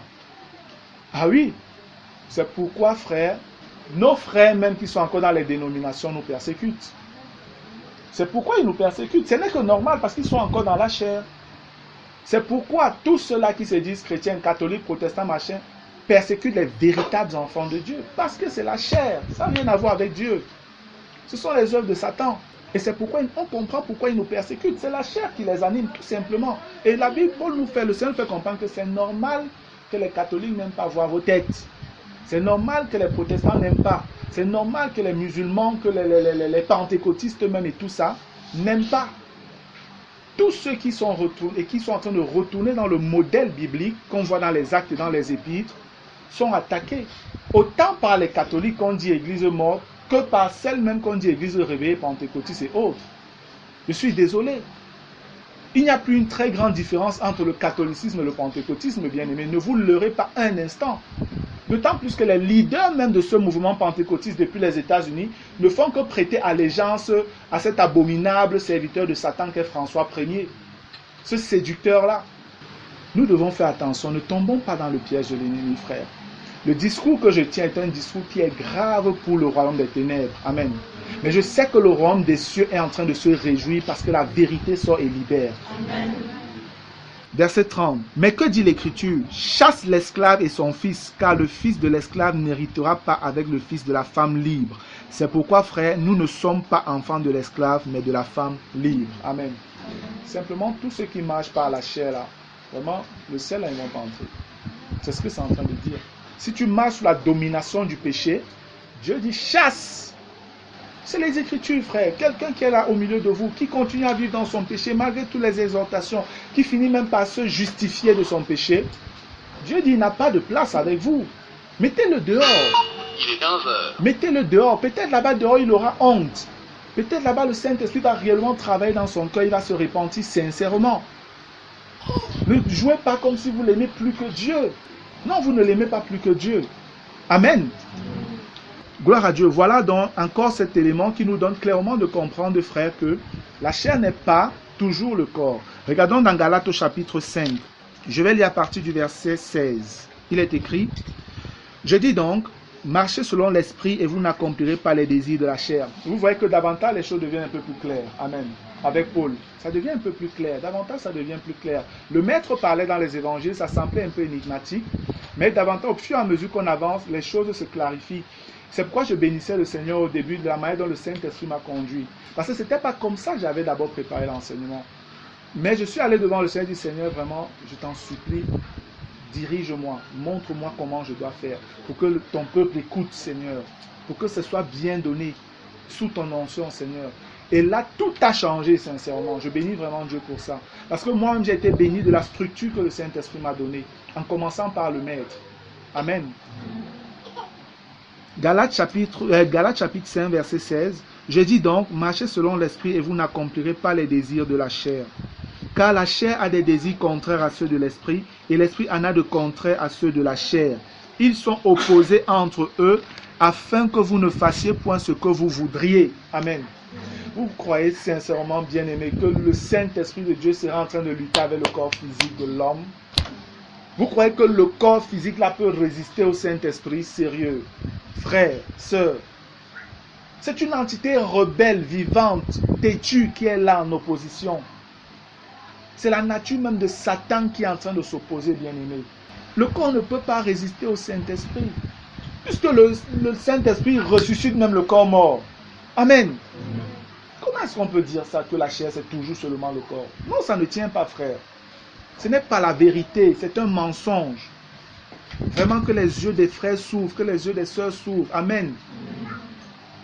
On nous montre ici la chair qui est opposée à l'esprit. La chair a ses désirs. L'esprit a ses désirs. On dit qu'ils sont opposés afin que vous ne fassiez point ce que vous voudriez. Vous, chrétiens de Galates, vous qui êtes nés de nouveau, vous voulez marcher selon l'esprit. Mais il y a la chair qui agit pour vous empêcher de faire comme vous voulez faire. C'est ça le sens de « afin que vous ne fassiez point ce que vous voudriez ». Parce que dans le cœur du chrétien, on l'a déjà dit, c'est mettre tout ce livre en pratique, toute la Bible en pratique, sans faute. Amen. C'est ça qui glorifie notre Père, c'est ça qui nous remplit de joie. Mais la chair ne veut pas ça. Son travail, c'est de t'attirer, de te mettre au sol, de t'avilir dans le péché, de te mettre en opposition avec la volonté de Dieu. Mais gloire à Jésus parce qu'il a vaincu. Le verset 18. Si vous êtes conduits par l'esprit, vous n'êtes point sous la loi. Or, les œuvres de la chair sont évidentes. Donc elles sont évidentes. Donc on connaît le péché, on connaît. Ce qui est évident, ce n'est pas caché. Pour nous chrétiens, ce sont la débauche, l'impureté, le dérèglement, l'idolâtrie, la magie, les rivalités, les querelles, les jalousies, les animosités, les disputes, les divisions, les sectes, l'envie, l'ivrognerie, les excès de table et les choses semblables. Je vous dis d'avance, comme je l'ai déjà dit, que ceux qui commettent de telles choses n'hériteront point le royaume de Dieu. C'est Dieu qui parle. Ce n'est pas un homme. C'est Dieu qui parle, ce n'est pas Paul. L'Esprit de Dieu est en train d'utiliser un instrument qu'est Paul pour dire ce que Dieu pense dans son cœur. Amen. Si tu vis dans ces choses-ci, Dieu dit tu n'hériteras pas. Même si tu es né de nouveau, plus, on te dit que sauver pour toujours. Vis dedans, tu vas rencontrer le jour là, tu vas comprendre ce jour. Enseigne même simplement cette fausse doctrine-là, continue à l'enseigner, tu vas comprendre. Même si tu ne vis pas dans le péché, tu enseignes cette doctrine-là. Le jour là, tu vas comprendre. Parce que tu as été inspiré par des démons et tu as persévéré dedans. Et un enfant de Dieu ne peut pas continuer dans les inspirations des démons. Non. Il peut se tromper une fois, mais le Saint-Esprit va venir pour corriger. Amen. Le Saint-Esprit viendra pour corriger. Regardez toutes ces choses, frère. Vous pensez réellement que le corps, comment votre corps fait la magie? Si la chair, c'est le corps. Votre corps fait la magie comment? Votre corps est jaloux comment? Comment votre corps est jaloux? Comment? La jalousie est manifestée par le corps par rapport à ce qui vient de l'intérieur. C'est pourquoi tu peux voir quelqu'un qui est jaloux à l'intérieur, mais il vient t'embrasser, il sourit. Oui, c'est pourquoi l'hypocrisie peut exister. Parce que le corps n'est qu'un instrument. Quand à l'intérieur on dit faim, manque, trompe, il réagit simplement comme si c'est qu'il était vrai alors qu'il est faux. Le corps n'est qu'un instrument, c'est ce que la Bible révèle. Mais après on vous dit, au verset 22, mais le fruit de l'esprit, c'est l'amour, c'est la joie, c'est la paix, c'est la patience, c'est la bonté, c'est la bienveillance, c'est la foi, la douceur, la maîtrise de soi. La loi n'est pas contre ces choses. Ceux qui sont à Jésus-Christ ont crucifié la chair avec ses passions et ses désirs. Si nous vivons par l'esprit, marchons aussi selon l'esprit. Ça veut dire que si nous sommes venus à la nouvelle naissance par l'esprit, nous devons donc marcher comme Jésus-Christ. Par l'esprit. Amen. Si tu es né de nouveau, selon l'esprit, tu dois marcher comme Jésus a marché. C'est ça la référence de Dieu. Mais on nous parle de l'amour, la joie, la paix, la bénignité, toutes ces choses-là. On parle du fruit de l'esprit. Mais vous voyez, frère, ce sont des choses qui viennent toujours de l'intérieur. Le corps n'est qu'un instrument pour manifester cela. Amen. Quand tu es en joie à l'intérieur, réellement, tu manifestes ta joie à l'extérieur. C'est où on voit ta joie. Amen. Tout simplement, frère. Colossiens chapitre 2. Je vais lire les versets 8 à 12. Il est écrit: Prenez garde que personne ne fasse de vous sa proie par la philosophie et par une vaine tromperie, la sagesse du monde, s'appuyant sur la tradition des hommes, sur les principes élémentaires du monde. Dieu dit que tout ça c'est élémentaire. Et non sur Christ. N'allez pas vous faire former dans les écoles, machin, où vous pensez que vous êtes devenu serviteur de Dieu. Non, frère. Non, ma soeur. Ok, si vous voulez aller dans ces écoles, d'accord. Mais sachez que ce n'est pas là-bas qu'on va vous apprendre à connaître Dieu. Non. Le maître, on l'apprend à le connaître à ses pieds. Amen. Dans notre vie au quotidien, chez toi, dans ta famille, dans ta relation avec ta femme, tes enfants, dans ta relation professionnelle, au boulot, comment tu réagis, à l'école, à l'université, comment tu te comportes avec tes professeurs, au quartier avec tes voisins. C'est comme ça qu'on apprend à connaître Jésus-Christ. C'est pas en allant s'asseoir pendant des mois, des années sur des bancs où des hommes viennent nous réciter un ensemble de choses qu'ils ont écrites, qui ne font que répéter chaque fois qu'on va dire qu'on connaît Dieu. Jamais. Jamais. L'homme n'est pas un robot. L'Esprit de Dieu n'est pas aussi carré. Verset 9. Car en lui habite corporellement toute la plénitude de la divinité. Vous avez tout pleinement en lui qui est le chef de toute domination et de toute autorité. Amen. Gloire à Jésus. Verset 11. Et c'est en lui que vous avez été circoncis d'une circoncision que la main n'a pas faite. Ça ne vient pas de l'homme, mais de la circoncision de Christ. Et c'est quoi?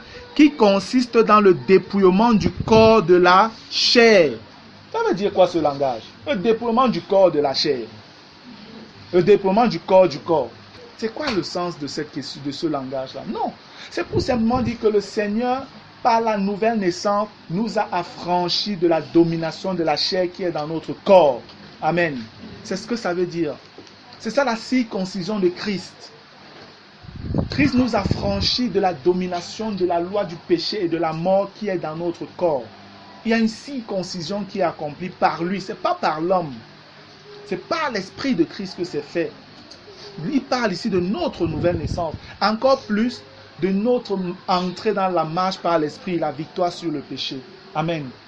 Et il dit au verset 12, ayant été enseveli avec lui par le baptême. Je dirais le baptême en sa mort. Ça, c'est en fait ce que Romains 6 nous révèle déjà.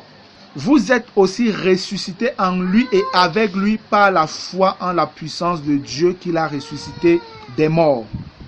Amen. Vous voyez, voilà un élément encore fort qui montre que non, la chair n'est pas simplement le corps physique, bien aimé.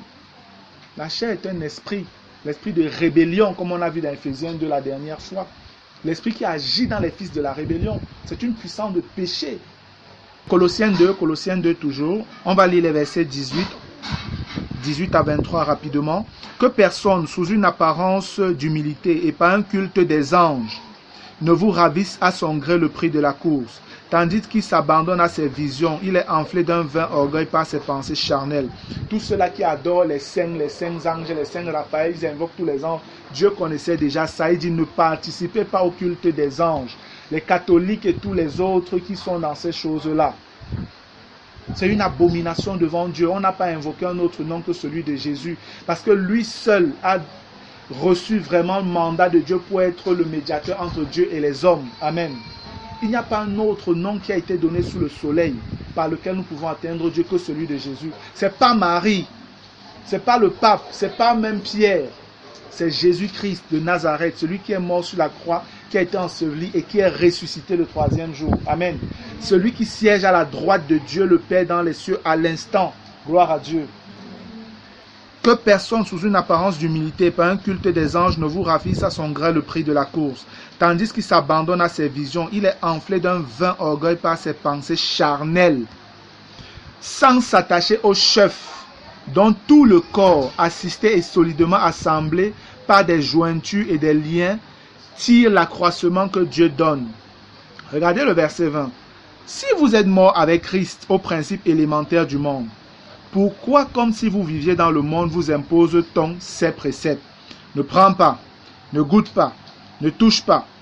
Préceptes qui tous deviennent pernicieux par l'abus et qui ne sont fondés que sur les ordonnances et les doctrines des hommes. La loi, la loi, la loi, la loi. Amen. On ne doit pas faire ça, on ne doit pas faire ci, on ne doit pas machin, on ne doit pas. On ne te dit jamais comment tu dois faire pour ne pas faire. On te met sous la culpabilité, encore on croit qu'on est en train de t'aider. Les enfants de Dieu connaissent ce qu'ils ne doivent pas faire. Amen. Et ils connaissent ce qu'ils doivent faire. Leur problème, c'est comment arriver à ne plus faire ce que je sais que je ne dois pas faire et comment arriver à faire ce que je sais que je dois faire. Donc, frère, arrêtez de dire aux enfants de Dieu, arrêtez de faire, ne faites pas, vous ne devez pas. Dites-leur comment ne pas faire. Et dites-leur comment faire. Amen, ce qu'ils doivent faire. C'est là le défi, frère. C'est où Dieu nous attend. Parce que la Bible, ils connaissent le Saint-Esprit, ils ont le Saint-Esprit. Quand ils pêchent, ils sont convaincus de pécher, mais ils souffrent au-dedans d'eux. Au lieu de les aider, on vient ajouter encore la culpabilité sur eux. Que Dieu nous aide. Le verset 23 dit, « Ils ont en vérité une apparence de sagesse en ce qu'ils indiquent un culte volontaire, de l'humilité et le mépris du corps. Mais cela est sans valeur réelle et ne sert qu'à satisfaire la chair. » Ici encore, il y a une chose un peu compliquée. On nous dit au verset 23, « Ils ont en vérité une apparence de sagesse en ce qu'ils indiquent un culte volontaire, de l'humilité. » Et on dit, « Et le mépris du corps. » Mais par la suite, on nous dit, « Mais cela est sans valeur réelle et ne sert qu'à satisfaire la chair. » Ça n'a pas de sens.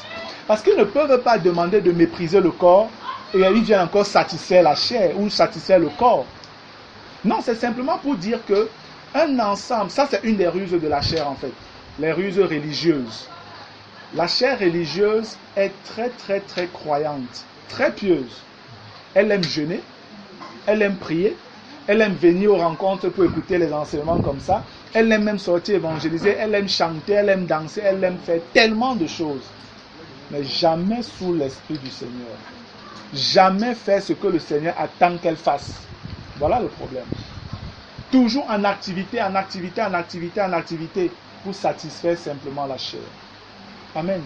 Ça va te dire, non, ne t'habille pas comme ça. Une soeur doit s'habiller comme ça. Elle ne doit pas mettre les bijoux. Elle doit faire comme ça. Elle ne doit pas mettre le pantalon. Elle doit marcher. Toutes ces choses sont peut-être bonnes. N'est-ce pas? Sont même peut-être justes selon les Écritures. Mais dans quel esprit est-ce que c'est dit? De quelle manière c'est dit? Et comment est-ce que la chose doit être mise en pratique? Voilà le problème. C'est pourquoi on dit au verset plus haut 22, on dit que ce sont les ordonnances et les doctrines des hommes. Parce que Christ n'a pas enseigné comme ça. Christ ne vient pas mettre les hommes sous un joug. Il dit recevez mon joug car il est doux et léger. Amen. Christ vient pour nous donner du repos, pas pour nous mettre encore sous la culpabilité du péché. Et c'est ce qu'un bon nombre de serviteurs de Dieu font. Ils mettent les enfants de Dieu sous la culpabilité du péché parce qu'ils ne savent pas comment leur dire ou comment leur enseigner pour qu'ils sortent de la culpabilité du péché. Et je vais vous dire, eux-mêmes sont dans cette situation-là. Je vous dis, frère, eux-mêmes, pour la plupart, sont dans cette situation. C'est pourquoi vous finissez toujours par entendre, l'apôtre tel a commis l'adultère. L'archibishop tel a commis machin. Tel autre a volé l'argent, il est parti aux États-Unis. Alors qu'il était... Voilà un peu. Parce qu'ils sont eux-mêmes encore sous cette condamnation, sous cette domination du péché. Mais on nous dit ici, frère, tout ça semble... il parle du mépris du corps, mais ça c'est pour satisfaire la chair. En fait, c'est un ministère charnel qui glorifie la chair, mais pas l'Esprit de Dieu. Amen. Ça montre encore que la chair n'est pas le corps. La chair n'est pas le corps, bien-aimé. Non. Et on va finir avec, il y a 2 versets qui restent. Colossiens le chapitre 3. Je vais commencer au verset 1. Il a commencé à pleuvoir là. J'espère qu'on va toujours bien m'écouter.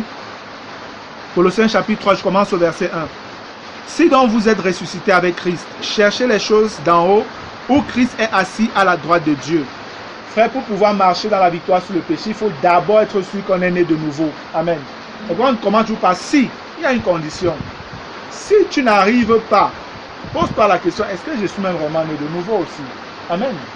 Pose-toi là, si tu es rassuré maintenant que non, j'ai bien fait la chose, regarde, va vers les frères matures, les sœurs matures, pose-leur la question que frère, voici. Si tu as l'assurance que non, on te dit non, c'est bon, tu es né de nouveau. Alors, sache qu'il faut juste que tu comprennes autre chose. Amen. Si donc vous êtes ressuscité avec Christ, cherchez les choses d'en haut où Christ est assis à la droite de Dieu. Attachez-vous aux choses d'en haut et non à celles qui sont sur la terre.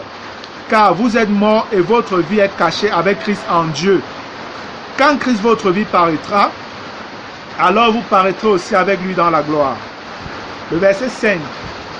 Faites donc mourir ce qui dans vos membres est terrestre, la débauche, l'impureté, les passions, les mauvais désirs et la cupidité, qui est une idolâtrie. Amen.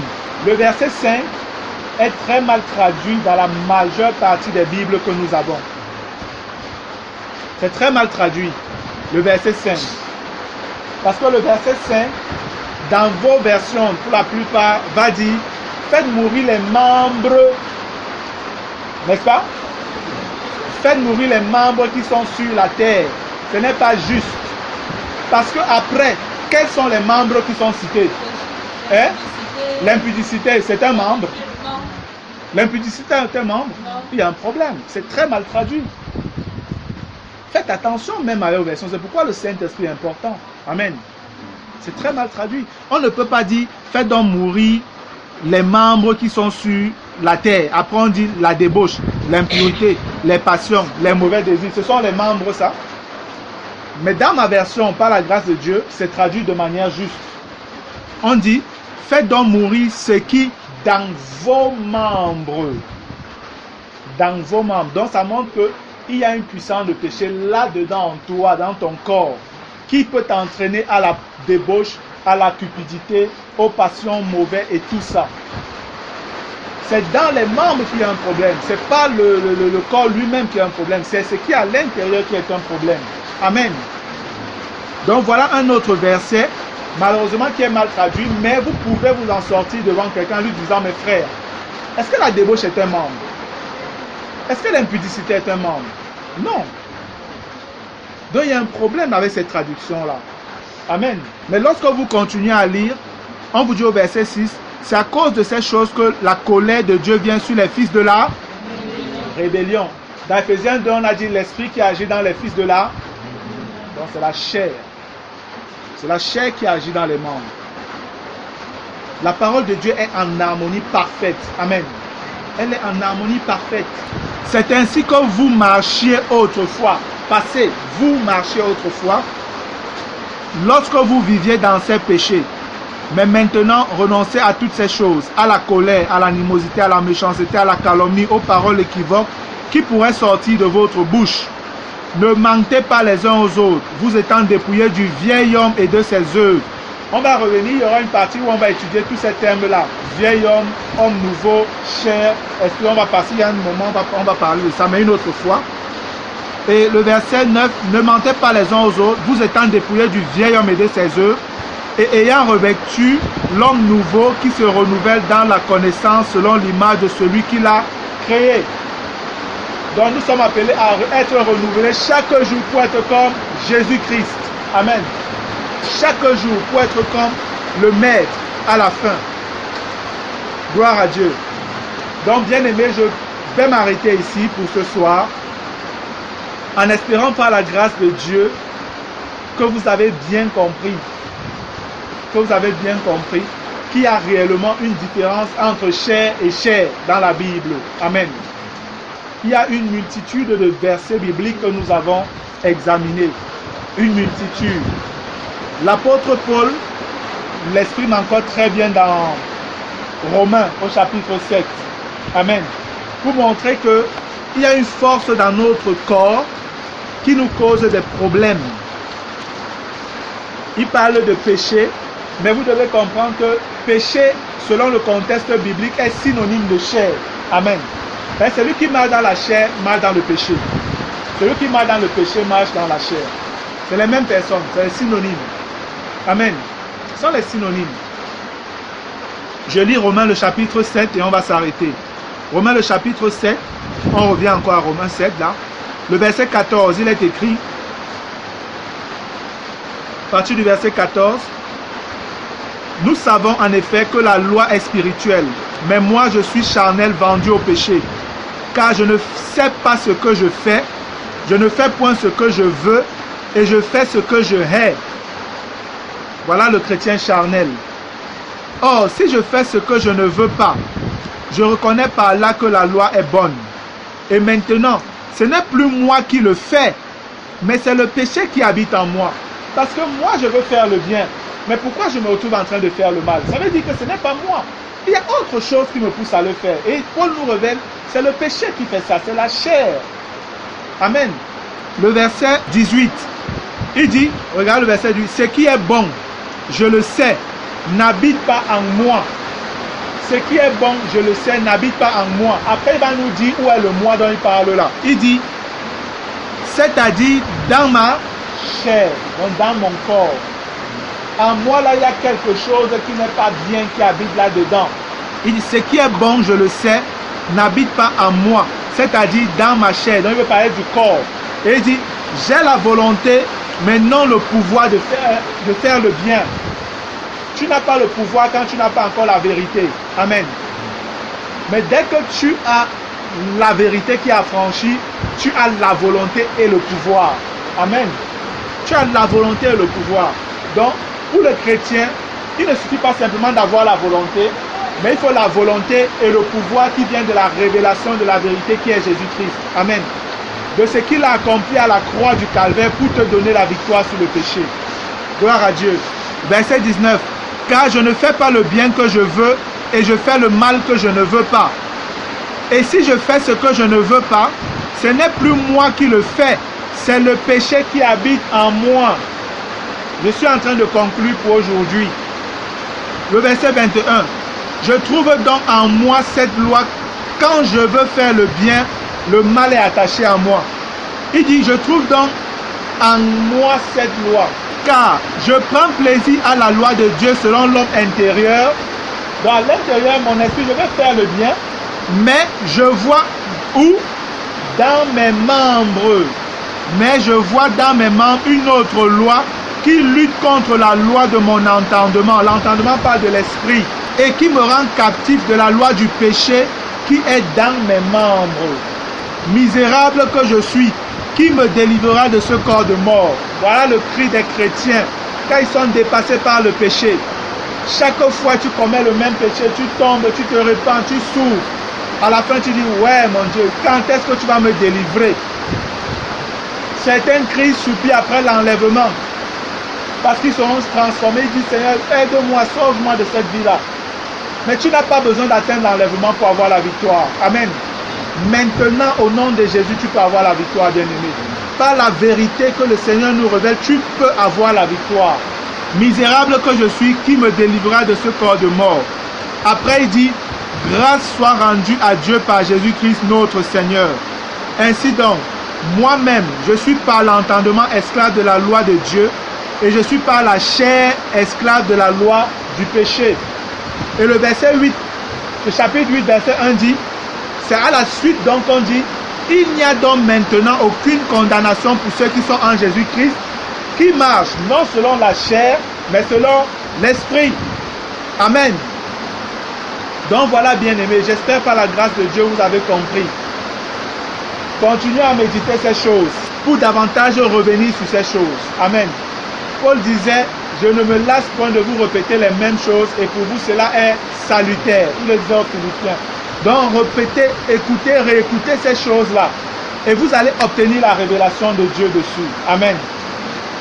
Réécoutez constamment, mettez ça pendant que vous êtes en train de travailler, vous lavez les assiettes, vos habits, vous préparez. Laissez passer ça en boucle et vous allez voir l'Esprit de Dieu. Un jour, tu seras en train d'assaisonner ta sauce et c'est comme ça que le Saint-Esprit va assaisonner ta compréhension. Amen. Et tu vas dire, waouh, cette fois-ci j'ai compris. Alors que tu mettais ça chaque jour. Mais un jour, le Saint-Esprit va dire, maintenant reçois alors. Et tu seras affranchi. Amen. Gloire à Dieu. Je vais prier, frère. Père éternel, je veux te dire merci. Merci encore, papa. Merci pour cet enseignement qui a été donné. Merci pour le secours de ton esprit, Seigneur. Merci pour ton onction qui nous enseigne toutes choses, qui nous révèle toutes choses, Seigneur. Parce que ta volonté, c'est que nous soyons comme Jésus-Christ, le modèle parfait, l'homme parfait que tu as approuvé, Seigneur. Le prototype de l'homme que tu désignes, Père. Merci parce que tu es en train de faire cette œuvre dans notre vie. Merci pour tous ceux qui ont écouté cet enseignement. Merci davantage, Seigneur, pour les moments où ils seront en train de réécouter. Bénis-leur, Éternel, pendant qu'ils écouteront. Par une révélation individuelle, personnelle, profonde de ton esprit dans leur esprit, au nom de Jésus-Christ.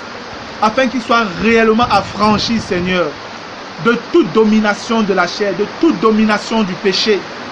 Car, Éternel, tu es venu afin que tes brebis aient la vie et qu'ils soient dans l'abondance.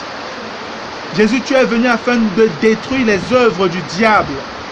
Tu es venu ôter le péché dans la vie de ceux-là qui crient à toi, Seigneur. Merci parce que tu es fidèle pour le faire encore aujourd'hui, Jésus-Christ, par l'action puissante de ton esprit. Je te bénis encore pour ce jour, Seigneur. Je te bénis pour ce partage. Je te bénis pour cet enseignement, ô Dieu. Reçois l'honneur, la louange et la gloire. Et je prie que toi-même te serves de cet enseignement pour ouvrir, ô Dieu, l'entendement spirituel de tes enfants et même de ceux-là qui sont déjà dans le ministère éternel. Aussi loin que tu le voudras, que cet enseignement aille au nom de Jésus-Christ et accomplisse ta volonté, rien que ta volonté, pour la gloire de ton Fils bien-aimé, Jésus-Christ de Nazareth. Amen. Gloire à Dieu. Le ciel est ma demeure, même dans l'orage, mon âme chante, Jésus est là, à Dieu soit la